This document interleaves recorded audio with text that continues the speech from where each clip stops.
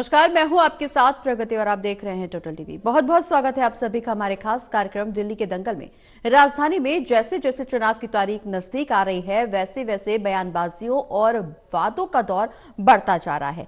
आज इसी कड़ी में बीजेपी की तरफ से संकल्प पत्र के दूसरे हिस्से को जारी कर दिया गया। तमाम वादों के साथ साथ युवाओं, छात्रों और गरीबों को साधने का प्रयास किया गया, लेकिन बीजेपी के संकल्प पत्र से दिल्ली की राजनीति की तपिश और बढ़ गई है। दरअसल अब बीजेपी के वादों से आम आदमी पार्टी में हलचल तेज हो गई है। अरविंद केजरीवाल ने बीजेपी पर हमला बोला है। केजरीवाल ने बीजेपी के संकल्प पत्र के दोनों हिस्सों को खतरनाक बता दिया है। आरोप लगाया है कि अगर राजधानी में बीजेपी की सरकार बन गई तो जनता फ्री का लाभ नहीं उठा पाएगी। अब सवाल यह है कि आम आदमी पार्टी को बीजेपी के संकल्प पत्र पर भरोसा क्यों नहीं है। सवाल यह भी कि वादों और दावों की लड़ाई में जनता का विकास क्या दब जाएगा। सवाल यह भी कि दिल्ली की जनता के दिल जीतने में राजनीतिक दलों द्वारा फ्रीबीज का वादा ही एकमात्र जीत का रास्ता रह गया है। आज की चर्चा में इन्हीं कुछ सवालों का जवाब ढूंढने की कोशिश करेंगे।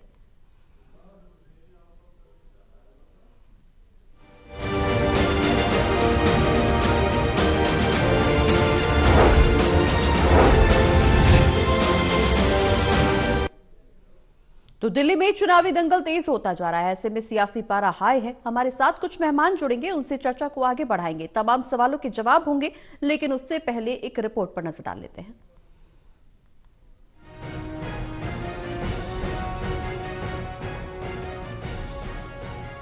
दिल्ली विधानसभा चुनावों के लिए दिल्ली बीजेपी ने अपने प्रदेश कार्यालय में संकल्प पत्र का दूसरा भाग जारी कर दिया है। अपनी पार्टी के संकल्प पत्र के दूसरे भाग को जारी करते हुए अनुराग ठाकुर ने दिल्ली वालों के सामने पार्टी के वादों का पिटारा खोल दिया।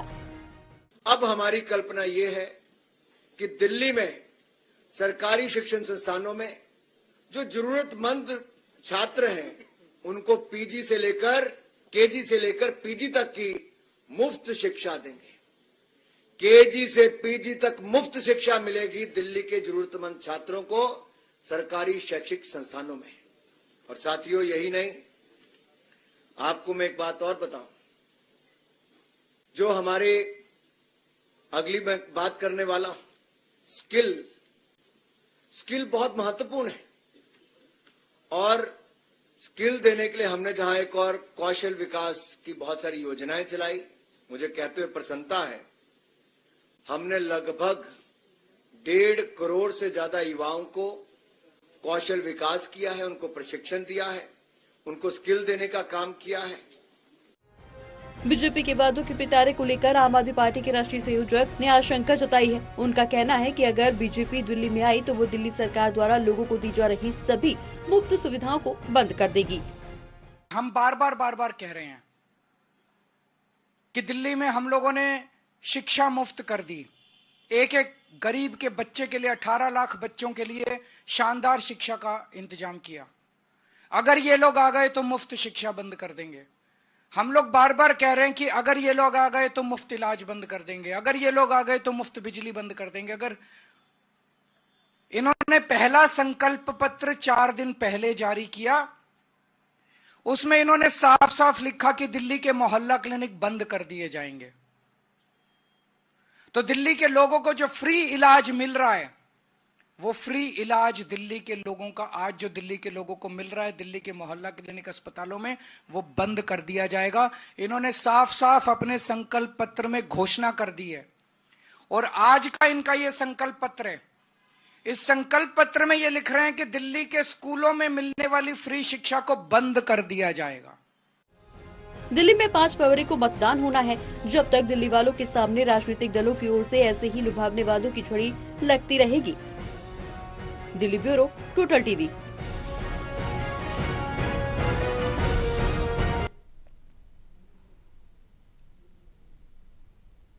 तो दिल्ली के दंगल में चर्चा को आगे बढ़ाएंगे। हमारे साथ कुछ मेहमान जुड़ रहे हैं। मेहमान हैं अंजलि धमीजा जी, बीजेपी के प्रवक्ता हैं। आम आदमी पार्टी के प्रवक्ता आकाश वर्मा जी, आपका बहुत बहुत स्वागत है टोटल टीवी पर। जिस तरह से बीजेपी ने हाल ही में संकल्प पत्र जारी किया है, संकल्प पत्र को लेकर के सियासी घमासान छिड़ा हुआ है। सबसे पहला सवाल आम आदमी पार्टी के प्रवक्ता आकाश वर्मा जी से, संकल्प पत्र पर सवाल क्यों खड़े हो रहे हैं? क्योंकि संकल्प पत्र, घोषणा पत्र तो आम आदमी पार्टी की तरफ से भी जारी किया गया, तमाम वादे उसमें भी किए गए, जनता के बीच में जाकर के प्रचार प्रसार आम आदमी पार्टी भी कर रही है, लेकिन अगर बीजेपी अपने संकल्प पत्र में कुछ वादे कर रही है तो उस वादों पर सवाल क्यों खड़े हो रहे हैं?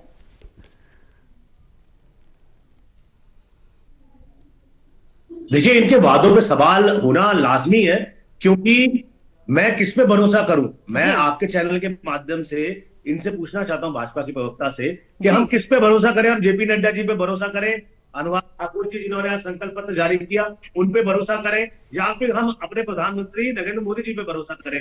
क्योंकि इनके संकल्प पत्र में वो सारी की सारी सुविधाएं हैं जो अरविंद केजरीवाल अब तक आम आदमी पार्टी के द्वारा दिल्ली की जनता को देते जा रहे थे। चाहे वो फ्री बिजली हो, चाहे महिलाओं को सम्मान या योजना हो, चाहे फ्री शिक्षा हो, जितने भी तरह के काम थे, इन्होंने पूरा का पूरा अरविंद केजरीवाल के कामों को कॉपी पेस्ट करके आज जेपी नड्डा जी ने, अनुराग ठाकुर जी ने पेश किया। लेकिन दूसरी तरफ नरेंद्र मोदी जी, प्रधानमंत्री जी, हमेशा से ही रेवड़ी कल्चर के खिलाफ रहे। रेवड़ी कल्चर में कह रहा हूं क्योंकि उन्होंने कहा था कि हम फ्री सुविधाओं है, जितनी भी फ्री सुविधाएं दी जाती है उसके खिलाफ प्रधानमंत्री ने हमेशा बयान दिया है कि ये बंद होनी चाहिए, बंद होनी चाहिए, बंद होनी चाहिए, बंद होनी चाहिए। उन्होंने फ्री बिजली को के लिए मना किया, फ्री पानी के लिए मना किया, बुजुर्गों की तीर्थ यात्रा बंद करने के लिए कहा, उन्होंने कहा कि फ्री शिक्षा नहीं होनी चाहिए, उन्होंने कहा कि मोहल्ला क्लिनिक को उनको ऑब्जेक्शन थी उन पर, उन्होंने बुजुर्गों की, उन्होंने महिलाओं की बस पे सवाल उठाए, उन्होंने इसको पूरी तरह से रेवड़ी कल्चर कहा। प्रधानमंत्री जी ने हमेशा से मना किया कि भाई ये नहीं होना चाहिए, मैं रेवड़ी कल्चर के खिलाफ हूं। लेकिन अनुराग ठाकुर जी वही रेवड़ी कल्चर, वही मुफ्त सुविधाएं दिल्ली की जनता के आगे रख रहे हैं। अगर आपको अरविंद केजरीवाल जी के मॉडल को ही पेश करना है तो अरविंद केजरीवाल क्या बुरे? अरविंद केजरीवाल पिछले 10 साल से सरकार चला रहे हैं। बिल्कुल बिल्कुल बिल्कुल, इसी सवाल का जवाब अंजलि जी हमारे साथ जुड़ी हुई है, बीजेपी की प्रवक्ता हैं, उनसे लेंगे। अंजलि जी, साफ तौर पर आम आदमी पार्टी का कहना कि फ्री की रेवड़ियों के खिलाफ है प्रधानमंत्री नरेंद्र मोदी, लेकिन अगर ये फ्री का कल्चर ही अपनाना है तो अरविंद केजरीवाल क्या बुरे हैं? नमस्कार जी, जवाब। मैं पहले अपनी दिल्ली की जनता से और आपसे के माध्यम से इनसे कहना चाहूंगी जी कि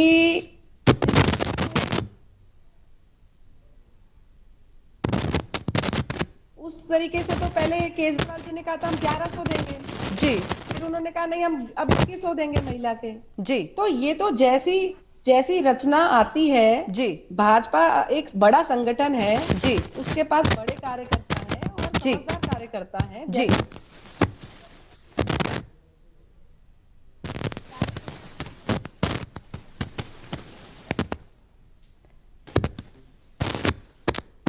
ठीक है, अंजलि जी की ऑडियो ब्रेक हो रही है, एक बार फिर से उनसे बातचीत करने की कोशिश करेंगे, लेकिन आकाश जी हमारे साथ लगातार जुड़े हुए हैं, आम आदमी पार्टी के प्रवक्ता। आकाश जी, बौखलाहट क्यों? बीजेपी का आरोप है कि जिस तरह से बीजेपी तमाम वादे कर रही है, आम आदमी पार्टी हार के डर से अब बौखला रही है, इसी तरीके के बयानबाजी कर रही है। तो ये बौखलाहट आखिर क्यों? जो आरोप बीजेपी लगा रही है बौखलाहट का, ये क्यों? बौखलाहट किसमें है वो साफ दिखाई दे रहा है जी। बौखलाहट हम में नहीं है जी, बौखलाहट तो भारतीय जनता पार्टी गई है, क्योंकि अब मजबूरन जब प्रधानमंत्री जी अरविंद केजरीवाल जी की पॉलिसीज को फ्री की रेवड़ियां कह रहे थे कि बंद करे बंद करे बंद करे, आज भारतीय जनता पार्टी इतना बौखला गई है। भारतीय जनता पार्टी के पास ना ही कोई विजन है जी, कोई विजन नहीं है इनके पास अपना किया हुआ। मैं आपसे पूछता हूँ, पिछले 10 सालों से ये दिल्ली में आधी सरकार चला रहे थे, चाहे वो एलजी लॉ एंड ऑर्डर के पास है, पुलिस के पास है, पिछले 10 सालों से आधी सरकार भाजपा चला रही थी, लेकिन इनके पास एक भी चीज नहीं बताने के लिए कि पिछले 10 सालों में इन्होंने क्या किया। तो अब बौखलाहट है इनमें, इनके पास कोई विजन नहीं है, इनका जो संकल्प पत्र है वो पूरा आम आदमी पार्टी की पॉलिसीज को कॉपी पेस्ट है। लेकिन आकाश जी, पिछले 10 सालों से तो सरकार आम आदमी पार्टी की है, बीजेपी क्या करेगी? सरकार तो आपकी है।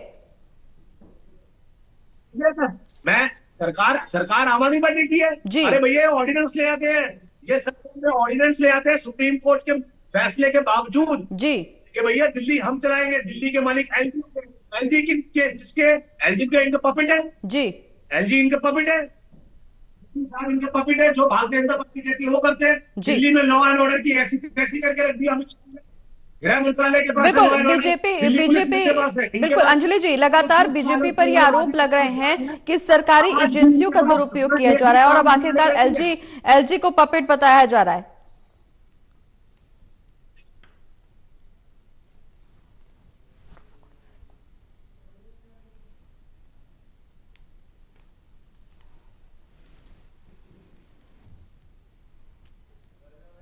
बिल्कुल आकाश जी, लेकिन आकाश जी सवाल आम आदमी पार्टी से भी उठ रहे हैं, क्योंकि हाल ही में आतिशी जी ने चुनाव लड़ने के लिए फंड की मांग की जनता से, और उसके बाद सत्येंद्र जैन ने हाल ही में आकर के प्रेस कॉन्फ्रेंस की। साफ तौर पर उन्होंने कहा कि फंड नहीं है चुनाव लड़ने के लिए, और आतिशी के अपील के बाद महज कुछ घंटों में 10 लाख का फंड इकट्ठा हुआ।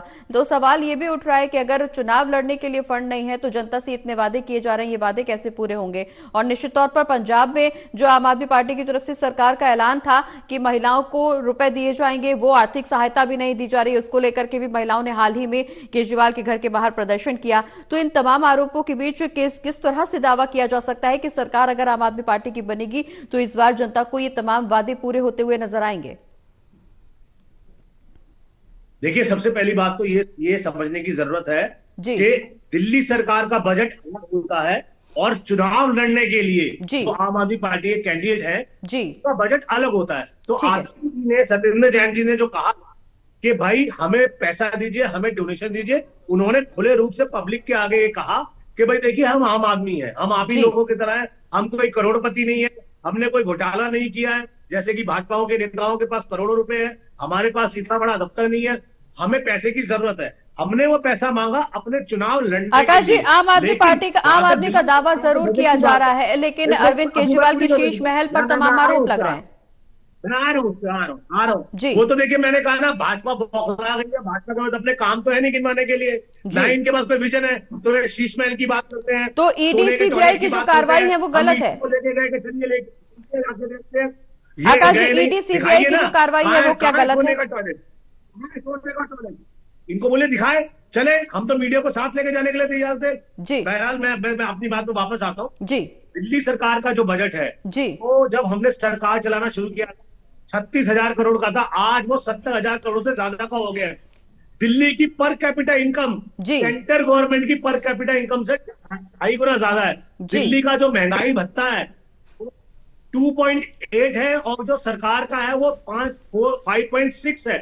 दिल्ली में जो रेवेन्यू है, दिल्ली में रेवेन्यू हर साल बढ़ रहा है, हर साल बढ़ रहा है, और आज बढ़ के जो दिल्ली का रेवेन्यू है 4,966 करोड़ रुपए हो चुका है। तो दिल्ली सरकार एकमात्र ऐसी सरकार है जो कि सारी सुविधाएं जनता को फ्री देती है, चाहे बिजली हो, पानी हो, शिक्षा हो, बुजुर्गों को तीर्थ यात्रा हो, महिलाओं को बस सुविधा हो, संजीवनी योजना हो, सम्मान राशि हो, सब देने के बावजूद भी एकमात्र पूरे देश में एकमात्र सरकार है जो कि मुनाफे में चल रही है। वहीं सेंट्रल गवर्नमेंट और तमाम बीजेपी की सरकारें उत्तर प्रदेश सहित, मध्य प्रदेश सहित सब लॉस में है, जबकि ये लोग सरकार को कोई भी नहीं देते हैं। आज नरेंद्र मोदी जी, आज ये अनुराग ठाकुर जी कह रहे हैं हम फ्री दे देंगे, हम महिलाओं को योजना दे देंगे, प्रेग्नेंट वुमेन को 2100 रुपए दे देंगे, हम आयुष्मान ला देंगे, हम फलाना कर देंगे, हम ढिमकाना कर देंगे। अरे भैया, 25 राज्यों में आपकी, 21 राज्यों में आपकी सरकार है, वहां पे दे दो ना बिजली फ्री। आप उत्तर प्रदेश फ्री क्यों नहीं दे देते हो? आप महाराष्ट्र में बिजली फ्री क्यों नहीं दे देते हो? ठीक है, अंजलि जी लगातार इस बात के आरोप लग रहे हैं कि ज्यादातर राज्यों में बीजेपी की सरकार है, लेकिन बावजूद इसके जो वादे किए जा रहे हैं वो पूरे नहीं हो रहे। दिल्ली में वादे कैसे पूरे होंगे? जी बहन जी, मैं आपको बताना चाहूंगी कि मध्य प्रदेश में मिल रहे हैं जी, मध्य प्रदेश में मिल रहे हैं। सोच के बोलिएगा, मैं आपको पकड़ लूंगा, मेरे पास डाटा है। दोबारा से सोच लीजिए अंजलि जी, मध्य प्रदेश में मिल रहे हैं। ठीक है, लेकिन सवाल ये भी है आकाश जी कि क्या फ्री की रेवड़ियां ही एकमात्र रास्ता रह गई है चुनाव जीतने का? आकाश जी जी, क्या फ्री की रेवड़ियां ही रह गई हैं एकमात्र रास्ता जो चुनाव जिता पाए? क्या और सरकार के पास या अन्य राजनीतिक दलों के पास कोई और ऐसा हथकंडा नहीं है जिससे जनता के दिल पर राज किया जा सके? एक के बाद एक फ्री की योजनाओं का लाभ देने की कोशिश की जा रही है, फ्री की घोषणाएं की जा रही हैं। पहले आम आदमी पार्टी ने तमाम घोषणाएं की, उसके बाद कांग्रेस की तरफ से तमाम घोषणाएं की गई, अब एक के बाद एक बीजेपी के संकल्प पत्र पार्ट 2 पार्ट 1 आ रहे हैं। लेकिन इन सभी घोषणा पत्रों में, इन मैनिफेस्टो में एक ही बात है जो कॉमन है, वो है फ्री की रेवड़ियां, फ्री का लाभ दिया जा रहा है। आम आदमी पार्टी 200 यूनिट फ्री बिजली दे रही है, कांग्रेस का कहना है कि 300 यूनिट फ्री बिजली दी जाएगी। देखिए, मैं आपको कह रहा हूँ, मुझे बस 2 मिनट दीजिएगा, बीच में इंटरप्ट मत कीजिएगा। मैं आपके चैनल के माध्यम से पूरी जनता को समझाना चाहूंगा कि इसका लॉजिक क्या है। देखिए, सरकार का काम क्या होता है? सरकार का काम ये होता है कि गवर्न करना, सरकार को चलाना। जब जो जनता है वो अपनी टैक्स देती है, हम बिस्किट खरीदते हैं, माचिस की डब्बी खरीदते हैं, स्कूटर खरीदते हैं, गाड़ी खरीदते हैं, हम सरकार को टैक्स देते हैं। सरकार का काम क्या होता है? सरकार का काम होता है कि उस टैक्स के पैसे को अच्छे से यूटिलाइज करना और जनता को उसकी सुविधाएं देना। पहले आपको याद होगा कि जब भी हमें किसी को फोन मिलाना होता था तो एक टेलीफोन के डब्बे लगे होते थे, उसमें हमको जब बात करते थे तो बात करने के लिए बार बार सिक्का डालना पड़ता था। सिक्का डालना पड़ता था बात को कंटिन्यू रखने के लिए। फिर जमाना आया मोबाइल फोन का, जिसमें एक बार आप पैसे डलवा दीजिए, एक बार चार्ज करवा लीजिए और उसके बाद घंटों बात करते जाइए, आपको बार बार डालने की जरूरत नहीं है। अब इसमें अगर सिक्का डालना नहीं पड़ रहा तो इसका मतलब ये नहीं कि फ्री है, ये प्रीपेड है। इसी तरह से अरविंद केजरीवाल जी की योजना है वो सब प्रीपेड है, चाहे फ्री बिजली हो, फ्री पानी हो, अच्छी शिक्षा हो, बुजुर्गों की तीर्थ यात्रा हो, संजीवनी योजना हो, ये सब प्रीपेड योजना है। इसका पैसा जनता ने पहले से ही सरकार को दे रखा है टैक्स के माध्यम से। मैं आपको बता रहा हूं, जैसे फोन में रिचार्ज किया जाता है प्रीपेड, ये सारी सुविधाएं प्रीपेड है नहीं है। तो नरेंद्र मोदी जी बोलते हैं अपनी बौखलाहट। ठीक है, लेकिन आकाश जी सवाल ये कि अगर ये प्रीपेड सुविधाएं हैं, ये फ्री की सुविधा जो है, पढ़े लिखे आदमी है, जनता के टैक्स के पैसों को जनता को समर्पित कर रहे हैं सुविधाओं के रूप में। ठीक है आकाश जी, लेकिन सवाल ये भी है कि ये फ्री के वादे जो किए जा रहे हैं, निश्चित रूप से फ्री बिजली, फ्री पानी का ऐलान किया गया और निश्चित रूप से दिल्ली में लोगों को इसका लाभ भी मिल रहा है, लेकिन अगर इतनी सारी योजनाएं फ्री जनता को पहुंचाई जाएंगी तो सरकार घाटे में नहीं आएगी। उससे कैसे उभरेगी सरकार? क्या विकल्प है इसका? इसके लिए क्या एजेंडा है? अब तक आई प्रगति जी, अब तक आई। मैं कह रहा हूं, मैं आपको ये कह रहा हूं कि जब हमने दिल्ली में सरकार चलाना शुरू किया था 2013 से, तब दिल्ली में कुछ भी फ्री नहीं था। शीला दीक्षित जी की सरकार में कुछ भी फ्री नहीं मिलता था, फिर भी वो सरकार लॉस में थी। हमने दिल्ली की संभाली, हम पढ़े लिखे लोगों की सरकार है, पढ़े लिखे लोगों ने एक IAS ऑफिसर की सरकार चलाई और तमाम चीजें फ्री होने के बावजूद दिल्ली का जो बजट है तो तिगुना कर दिया और दिल्ली एकमात्र ऐसा राज्य है पूरे देश में जो कि प्रॉफिट में चल रहा है। मैंने अभी आपको आंकड़ा बताया था कि दिल्ली की जो पर कैपिटा इनकम है वो केंद्र सरकार से 2.5 गुना ज्यादा है। दिल्ली में जो महंगाई भत्ता है वो 2.8 है और सेंटर गवर्नमेंट का 5.7 है। दिल्ली का रेवेन्यू लगातार बढ़ता जा रहा है, सब तमाम सुविधाएं फ्री देने के बावजूद भी ये क्यों हो रहा है? पढ़े लिखे लोग सरकार चला रहे हैं। अब तक क्या हो रहा है? ठीक है अंजलि जी, साफ तौर पर आम आदमी पार्टी के प्रवक्ता आकाश वर्मा का कहना है कि पढ़े लिखे लोग सरकार चला रहे हैं, इसलिए दिल्ली में मुनाफा हो रहा है। ठीक है आकाश जी आपके पास आएंगे, अंजलि जी को अपनी बात पूरी करने दीजिए। As compared to UP, as compared to Maharashtra, as compared to Madhya Pradesh, आप एक सबसे यूनियन टेरिटरी जिसकी आबादी बहुत कम है कंपैरेटिवली अदर स्टेट से, उसका कंपैरिजन आप इस तरीके से करेंगे तो ये तो हंसी का पात्र है ना। एक एवरेज रेशो देखी जाती है जनसंख्या के हिसाब से, आप देखेंगे तो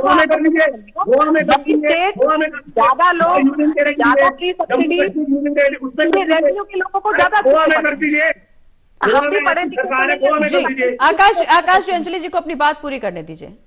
जी देखिए, एक आप अपने को पढ़ा लिखा कह रहे हैं और दूसरे बीजेपी बिल्कुल क्या पढ़ी लिखी नहीं है? क्या उसके पास IAS नहीं है? क्या उनके मोदी जी के पास IAS के ऑफिसर्स नहीं है या हमारे पास नहीं है? मैं आप भी जिससे आप बात करें, मैं भी डॉक्टरेट हूं, मैं भी प्रोफेसर हूं। पहले तो आपको अपनी चीजों को सम्मान देना पड़ेगा कि आप किसी माननीय LG के बारे में आप कैसे बोल रहे हैं, आप किसी पार्टी के लिए कैसे बोल रहे हैं, आप प्रवक्ता हैं, पहले इसका गरिमा तो निभाएं। दूसरी बात मैं आपको दोबारा से रिपीट कर रही हूँ, Delhi is a union territory with very low population. अब जो लो पॉपुलेशन होती है तो उसका कंपैरिजन बड़ी स्टेट से कैसे हो सकता है?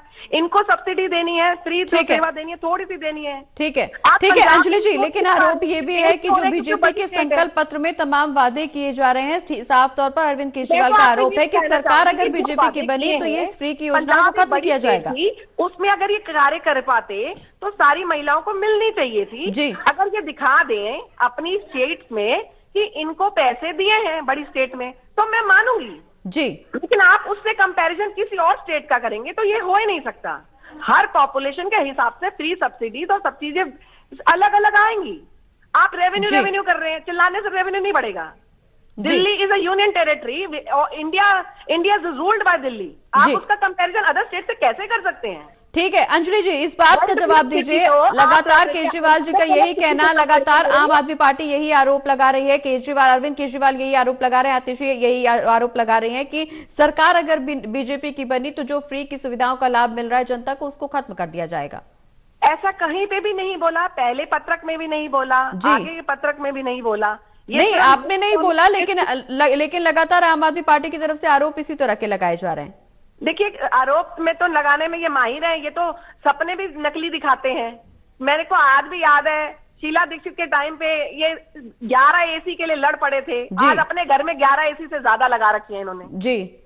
कार्यालय को तो छोड़ दो, मुझे आज भी याद है केजरीवाल जी ने पहला अनशन किया था शीला दीक्षित में, ऑफिस में 11 एसी लगे थे जी, उस पे इन्होंने अनशन किया, सोशल मीडिया पे अनशन किया। ठीक है, वो सारी चीजें ये खुद से करते हैं। ठीक है, इनकी बात पे मैं क्या विश्वास करूं? ठीक है, लेकिन आम आदमी पार्टी, आकाश जी, जिस तरह से आम आदमी पार्टी की तरफ से अरविंद केजरीवाल लगातार इस बात की दावा कर रहे हैं कि फ्री बिजली, फ्री शिक्षा, फ्री पानी को खत्म किया जाएगा, लेकिन अब टारगेट छात्रों को भी किया जा रहा है, चाहे वो बीजेपी हो या आम आदमी पार्टी। आम आदमी पार्टी की तरफ से हाल ही में ऐलान किया गया कि अगर सरकार दोबारा से बनेगी, तीसरी बार सरकार बनेगी, तो फ्री बस सेवा होगी, मेट्रो में 50% छूट मिलेगी छात्रों को।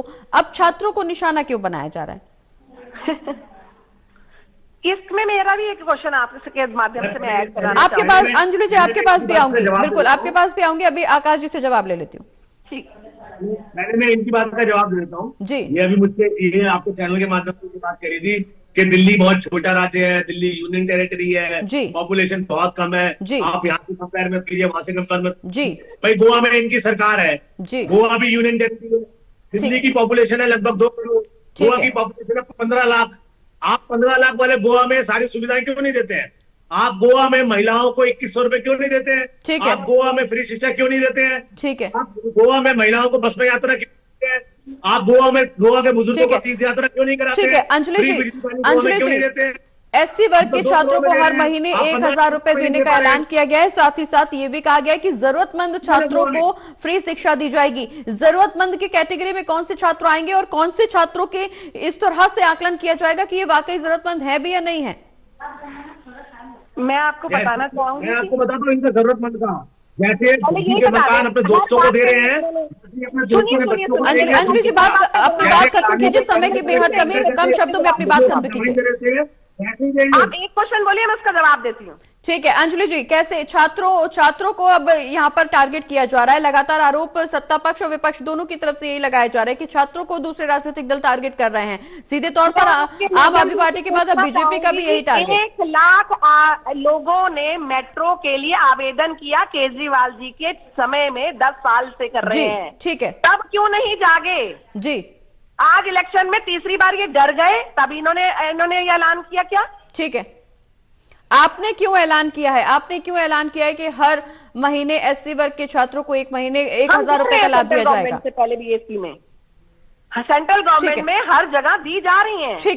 ठीक है, अब कुल मिलाकर के हर जनता, हर वर्ग के साथ साथ युवा वर्ग के वोटर्स को भी साधने की कोशिश कर रहा है राजनीतिक दल, लेकिन अब देखना यही होगा कि जनता की तरफ से समर्थन किसे जाएगा, क्योंकि इस बार 3 लाख से ज्यादा मतदाता ऐसे हैं जो युवा वोटर्स हैं। अब उनका मत किसकी तरफ जाएगा ये देखना बेहद दिलचस्प है। बहुत बहुत शुक्रिया आप दोनों मेहमानों का हमारे साथ जुड़ने के लिए। तो जिस तरह से दिल्ली के दंगल में लगातार दिन पर दिन राजनीति तेज होती जा रही है, तो चुनावी वादे और दावों के बीच में घमासान की स्थिति बढ़ती हुई नजर आ रही है। बस देखना यही बाकी है कि 8 फरवरी को जो नतीजे सामने आएंगे उसमें जनता किसके नाम पर मोहर लगाएगी। दिल्ली के दंगल में फिलहाल इतना ही।